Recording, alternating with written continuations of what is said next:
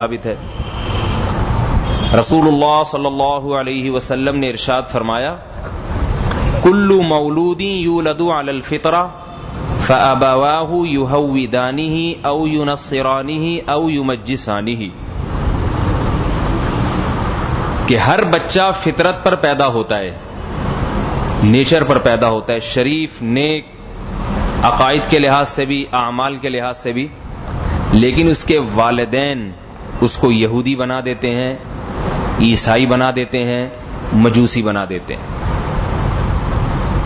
لہذا پھر وہ اپنے والدین کے مذہب کو چھوڑنے کے لیے تیار نہیں ہوتا۔ وَإِذَا قِيلَ لَهُمُ اتَّبِعُوا مَا أُنزِلَ إِلَيْكُمْ مِن رَبِّكُمْ، پھر جب اس سے کہا جاتا ہے کہ اللہ نے آسمان سے ہدایت کی جو کتاب نازل کی ہے، جو بالکل واضح ہے، جس میں کجی نہیں ہے، ٹیڑھا پن نہیں ہے، تو اس کے پیچھے چلو، تو وہ جواب میں کہتے ہیں بل نتبع ما وجدنا علیہ آباءنا، ہم اس کے پیچھے چلیں گے جس پر ہم نے اپنے باپ دادا کو پایا، جس پر ہم نے باپ دادا کو پایا۔ تو کیوں باپ دادا نے ان کو یہ تعلیم دی ہے کہ بیٹا باپ دادا کے دین کو نہ چھوڑنا، صحیح ہو یا غلط یہ ایک الگ بحث ہے، تم نے اسی دین پہ چلنا ہے جو باپ دادا کا دین ہے۔ ایک مرتبہ کسی عیسائی لڑکے سے میری بات چیت ہوئی، میں نے اس کو اسلام کی دعوت دی، کرسچن تھا، تو کہنے لگا کہ میں اپنے باپ دادا کے دین کو نہیں چھوڑ سکتا۔ میں نے کہا کیوں؟ کہتے بس جو باپ دادا کا دین ہے نا وہی برحق ہے، جو والدین کا دین ہے وہی برحق ہے۔ میں نے کہا اچھا ٹھیک ہے، اگر وہی برحق ہے تو دیکھو بت پرستی کے تم بھی خلاف ہو، ہم بھی خلاف ہیں۔ عیسائی بتوں کی پوجا کو برا سمجھتے ہیں، آپ نے دیکھا ہوگا پوری عیسائی دنیا میں کہیں بھی بتوں کی عبادت نہیں ہوتی، کیونکہ تورات میں، انجیل میں، بائبل میں بتوں کی پرستش کی، بتوں کی عبادت کی بہت زیادہ مخالفت ہے۔ حضرت عیسیٰ علیہ الصلوۃ والسلام، حضرت موسیٰ علیہ الصلوۃ والسلام سب بت پرستی کے خلاف تھے۔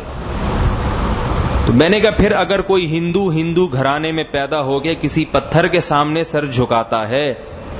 تو پھر آپ کو اس پہ اعتراض نہیں ہونا چاہیے۔ وہ اسی لیے تو جھکا رہا ہے کہ اس کے والدین بھی پتھروں کے سامنے سر جھکاتے تھے، آپ کہو کہ وہ برحق ہے،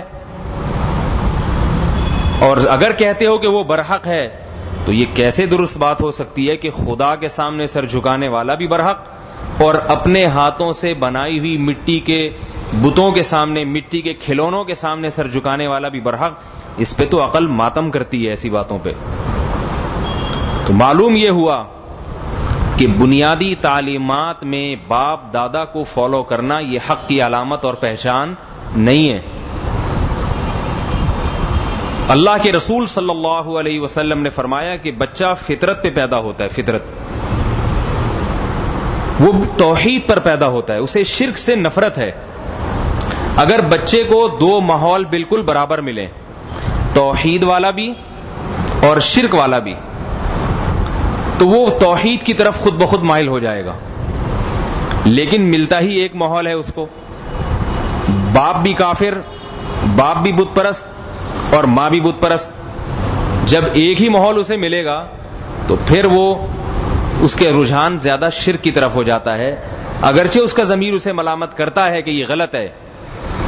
لیکن اس کا خاندان، اس کا معاشرہ اس کی راہ میں رکاوٹ بنتا ہے۔